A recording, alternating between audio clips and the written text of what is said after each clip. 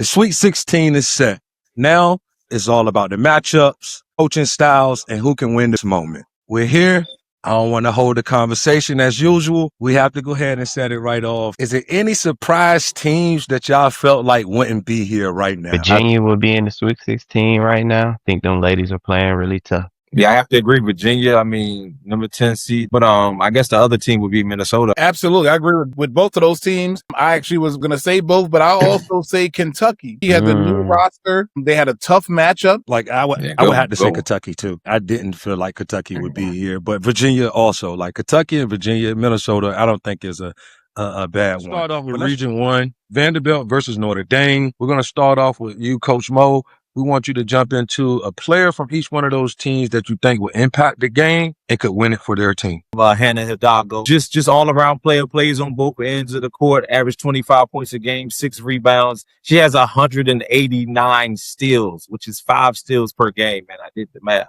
And so that's an impact on the game. I mean, she rebounds the ball, 6.7 rebounds. But on the other side of the ball, it's going to be Michaela Blakes. Sophomore, averaging 27 right now, leading the country in scoring, 4 rebounds a game, 151 assists, and she shoots 36% from 3. Watching some of her clips, if you go into that ball screen, you might as well go ahead down the other end. But man, her footwork and her balance is immaculate, man. So them two matching up, it's must see, it's popcorn, is take the day off, take your lunch break, whatever you need to do, man. But probably gonna be one of the better games of the tournament. Pete, how you feel about that matchup? I think it's going to have to come down. I think we have to look at some of the other players that are going to come into play here in regards to who's going to make a big factor. I think Justine Passat, small forward, stretch 4 type player for Vanderbilt. If she can knock down some threes like she did earlier in the week, and that around the 32 game, that's going to help open up some things, not just for Blake's, but for other people on that court. They're going to need opportunities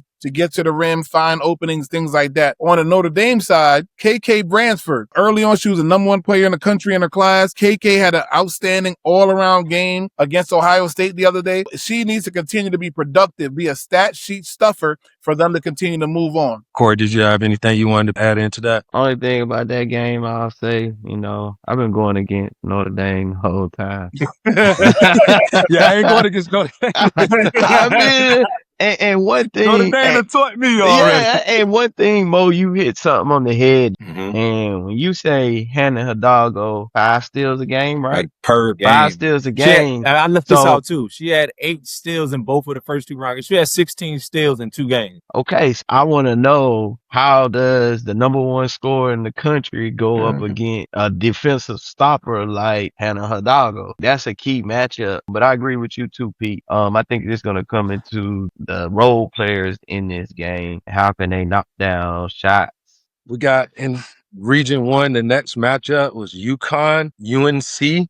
Pete, we're going to start off with you. This is not a rematch from earlier this season. This was a last season game. This is the first game that Sarah Strong played back in the state of North Carolina. They played this game up in Greensboro at the Horizon Center. I was there for that game, and it was closer than what people expected. North Carolina kept it close, and UConn pulled away in the second half, had some turnovers, made some big shots. Obviously, that was with Paige Beckers last year. Can UNC, India Navarre, Nia Kelly, Nyla Harris, can these girls just band together, keep it close, and somebody come up with a big shot late? If not, UConn might steamroll them, man. All right. Let's quick picks on this. UConn. UConn out this region. I'm a Carolina fan through and through on both sides, but I'm going with UConn, man. I can't go with my heart, man. I go with logic, man. So I'm gonna go UConn. That's the wrap for Region 1 matchup. Let's go on to Region 2, where we got UCLA versus Minnesota.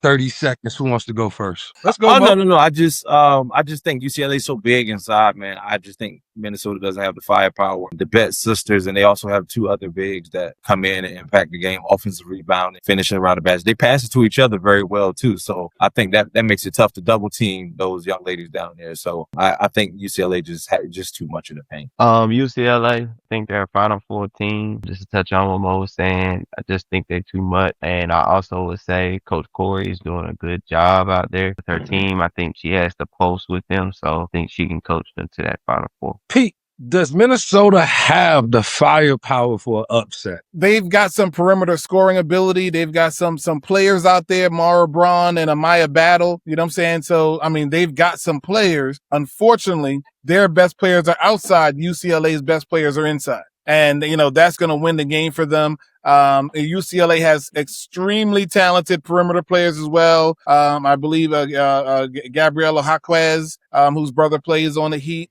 Kiki Rice. You know what I'm saying? They've got some players out there that are going to be able to match up with those Minnesota players. But Betts is playing at a, you know, all-time high level, is really doing things on both sides of the court. Very fluid interior scorer. I'm definitely going with UCLA on this one. Okay, nobody going Minnesota, huh? So nobody feels like Minnesota has a shot at all. 4 for UCLA on this round. I'm cool with that. The second game of Region 2, which is LSU Duke, Coach Mo. Yes, sir. Impact players for each one of those teams. You know who we got to say who we, you know, we had our little clips up. So Flau'jae, we got to start there with Flau'jae, man. I mean, impact player, gets to her spots. Just watching her, she has that wiggle, man. She has that ability getting out in transition, putting the ball in the right spot on the glass, and then she's a 3-level scorer. LSU's been rolling 100 points in both games, and she's a big part of that. Duke. Toby Fournier, obviously the freshman out of Canada, watched her play a bit in high school, man, and she's the dunker. She's the high flying freshman, averaging 17 points a game, 8 rebounds and 77 blocks. She's a presence inside, watching her game, nice touch around the basket, can drive from the high post and also can stretch it a bit. They get her the ball in places with her athleticism, and plus she runs the floor hard like a deer. Early mismatches, easy layup. Really good matchup. Looking forward to it. Pete and Corey, how do y'all feel about this coaching matchup? So this game is intriguing because it's two good coaches going up against each other and played each other early in the year with a little animosity to it with Flau'jae and the coach. USA team. Still the USA team. So, they got some animosity to it. Pete, how you feel? I think Corey said it, man. There's a lot of juice on both sides. After that last game, LSU came to Duke and took it to him. So I know that Coach Lawson is going to have them very fired up to be able to match that energy. Now it's a neutral site. LSU has a treasure trove of talent that Kim Mulkey's been collecting over these last few years. If they hold Flau'jae to a low shooting night, Michaela Williams might be off. Dang it, they bringing Fulwiley off the bench. Zakiya Johnson, the freshman, now is All-American. They have a ton of talent there that if anyone else other than those main players comes off, it still could be a win for LSU. I think that's going to be a fireworks game. Pop, pop, pop, pop, pop. Just with Toby Fournier, just watching her clips, I'd be interested to see how she handles the physicality of those bigs from LSU. It's just something I'd be interested in seeing if that's an X factor in the game. I would say this next game has to be the game that's probably the hardest to pick for me. Like Corey said in the previous episode, I didn't get to watch a lot of Michigan this year. The key to this game, and I don't know if y'all agree, was which team is going to control the tempo. I definitely think it's going to be a tempo game. It's probably the quietest game of this round. I haven't heard anyone really talk about it or deep dive about it or, kind of say the splash that's going on. But it's going to be competitive. Both teams play super hard. And we know what Louisville's, we know the brand. And, Michigan is playing well this year. So I think it's going to be a sneaky good game. Corey?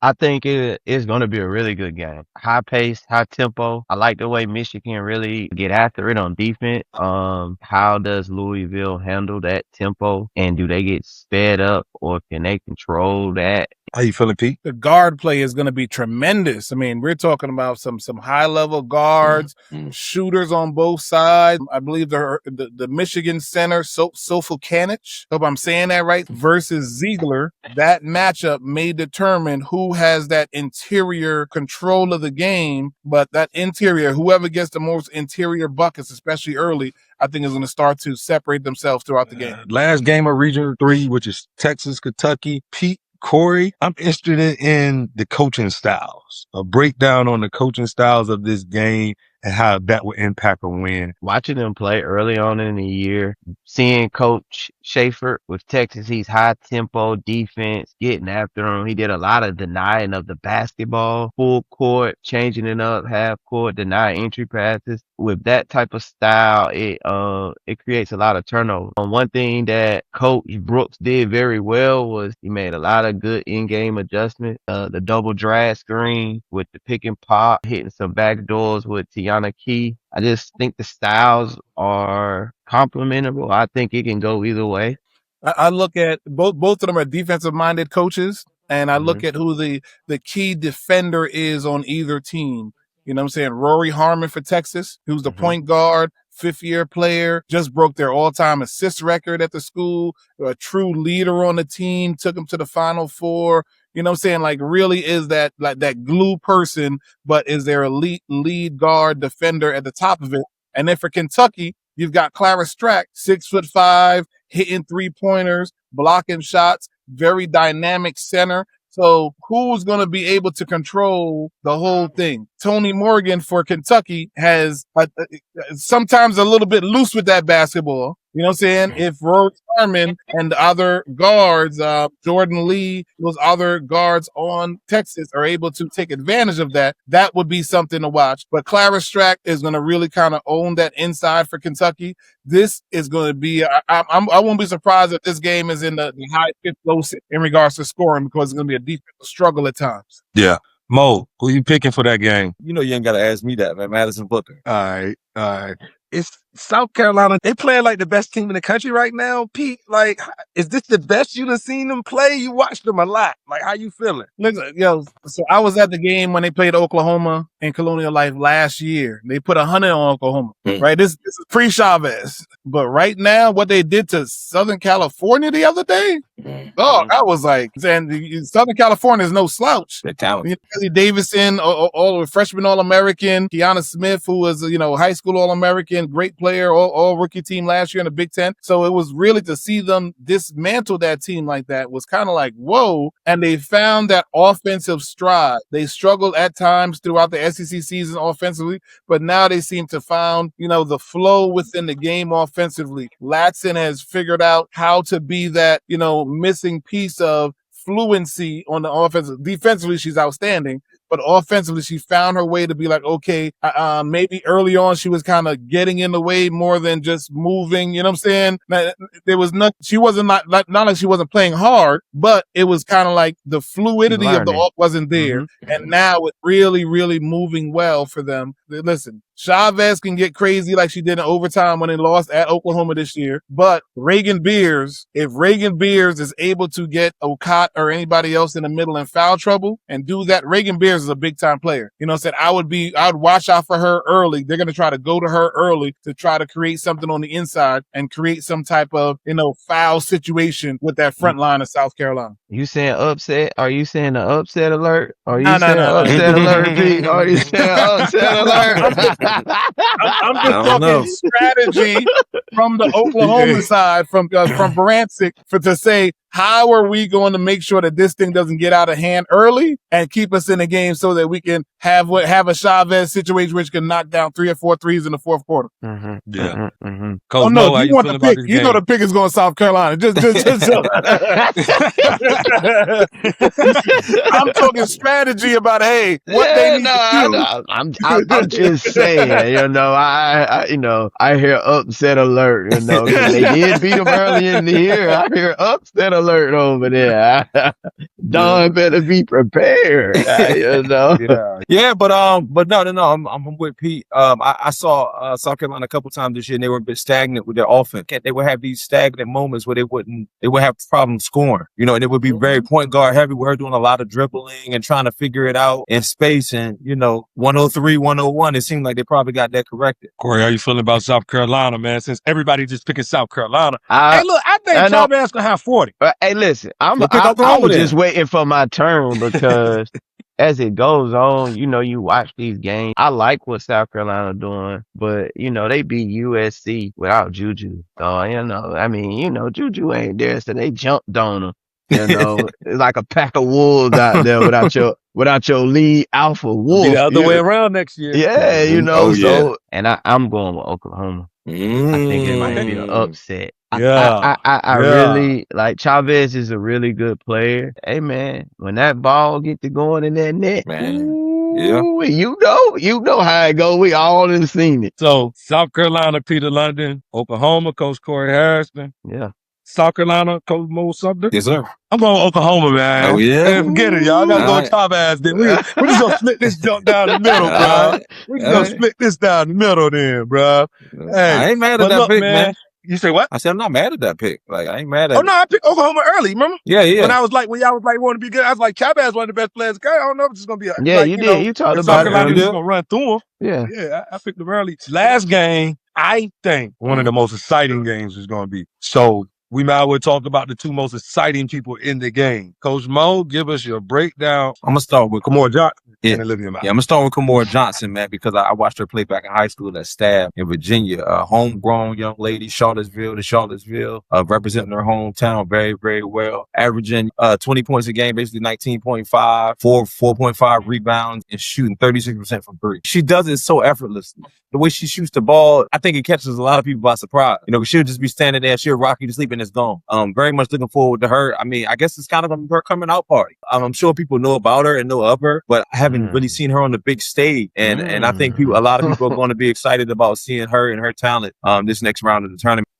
Olivia Miles? Man, Olivia Miles, a maestro. You know, watching her play, she's a maestro. It's like she has the little thing in the front and she's just orchestrating the band, getting inside the defense, wiggling through, finding shooters, playing defense, getting to her spots. I mean, I saw her snake around the screen a few times and get into space, and she looks like a veteran. She looks like a grad veteran that has a lot of games under her belt, started since a freshman, has a lot of game time experience in big games and big stages, and she looks very, very comfortable out there. Corey, does Virginia got enough? I think Virginia do have enough. If you're watching TCU throughout this tournament, they're struggling. Mm-hmm. You know, a couple of us talked about it off camera a little bit about how if you can stop Olivia Miles from orchestrating and just make her score, you'll be able to beat TCU. Because the moment she gets to orchestrating and assist, it's like it's juice to her. Yeah. It's juice. When she get 3 assists, man, she gonna hit a good 10 points right after that. So, but yeah,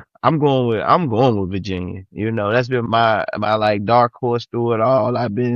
Hey, shout out to my man CJ, assistant coach out there. I'm with you. I'm rocking with you, you know. CJ, I always rock with CJ. Pete, is it a way that TCU can run away with this job? Absolutely. I mean, they have players. They have championship pedigree, winning the Big 12 regular season this year. I believe the last 2 years they've been in the Elite Eight. So they've been down this road before. They've been in the second weekend of NCAA tournament. And you have a player like Olivia Miles. I think we were watching that Washington battle that went down on Monday night where they were down to Washington, playing at home. And I mean, at one point it looked like it's down 7 points in the middle of the fourth quarter, whatever it was. And here comes Olivia Miles. You think I'm going to pass it? I'm going right to the rim and one bucket. Then I'm going to dish it. So having a player like that is very much unselfish gives them a chance every single time because she could score it, shoot it, had a triple-double in the first round. That sheet stuffer at its finest. But I got to give a shout out. Olivia Miles, Tabitha Amanza, who's a center from Virginia, Blair Academy, and Corey and Will. We've seen this up close and personal.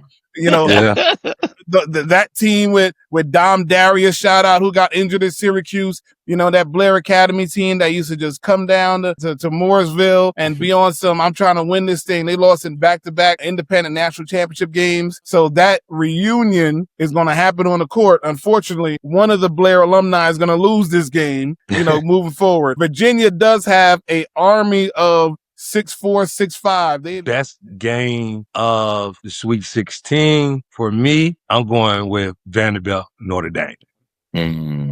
Good choice. Just like Corey said, that score versus that defender. And I also want to see the other side of Hannah Hidalgo having to check an offensive threat like this. Will that slow Hannah Hidalgo down offensively? Say Duke LSU. I was watching film on both of them the other day, man. I just realized that there's two big contrasts. It's going to be a matchup problem for one team or the other. Whether the size or the speed is going to affect one team or the other. So it depends on which style is going to win the matchup. So like I say, it'd be interesting to see who overpowers who with the style of play. Corey? I'm really with the Virginia TCU game because it's a kid that came on in the Iowa game. And I want to say it's Paris Clark came on big in the Iowa game. And I think if she comes on and have another good night, I think that's what can get them over the hump. It's crazy because we see Hannah Hidalgo and Michaela Blank. I was going to say that at some point. But then we see Kamora Johnson, which is a younger, similar to the vet. Against the vet of Olivia Miles. Big matchup. Yeah. Big matchup. I'm going Louisville, Michigan. And the reason why I say that is like just to piggyback off Corey was just saying, the guard play is going to be tremendous on both of those teams. The guard play has been tremendous all year. Louisville had to on their home court dodge a bullet against Alabama the other day, and then Michigan turned it up. You know what I'm saying? Like, Zamaria kept it close in the first half, and as soon as that third quarter hit, Olivia Olsen had like 11 of their 30 points, and they kind of pulled away there in that third and the fourth quarter. So it's going to be interesting on a neutral site now to see who gains control, which guards play the best, who keeps the turnovers down. Is Michigan going to be able to apply that same type of pressure and get those same turnovers like they were doing at half court, speeding up Louisville the same way they did to North Carolina State last week. So that, two elite level coaches that are going to be strategizing throughout that game, making adjustments and stuff. So, big shout out to Kim Barnes-Arico and Jeff Walsh. Built tremendous program so far. Here's where you make your money. One team in the Sweet 16 that you trust the most, and one team that you out on, you don't feel like they're going to win their next game in the Sweet 16. I'll start. I'm going to go with UConn as I trust the most, and Minnesota. I'm going to go with South Carolina. I trust the most, and Oklahoma, because that's who they're going to be. I'm sorry. It's over for them, Pete. It's over. Team I trust the most. Team I trust the most. I'm going to go different. I'm going to say Texas. Texas won the conference. 100 points second game, 87 points. They big wins going to Kentucky. It's been another episode of the Final Four Table. I'm Coach Will. I'm Coach Corey. Peter London. Coach Mo. See y'all next time.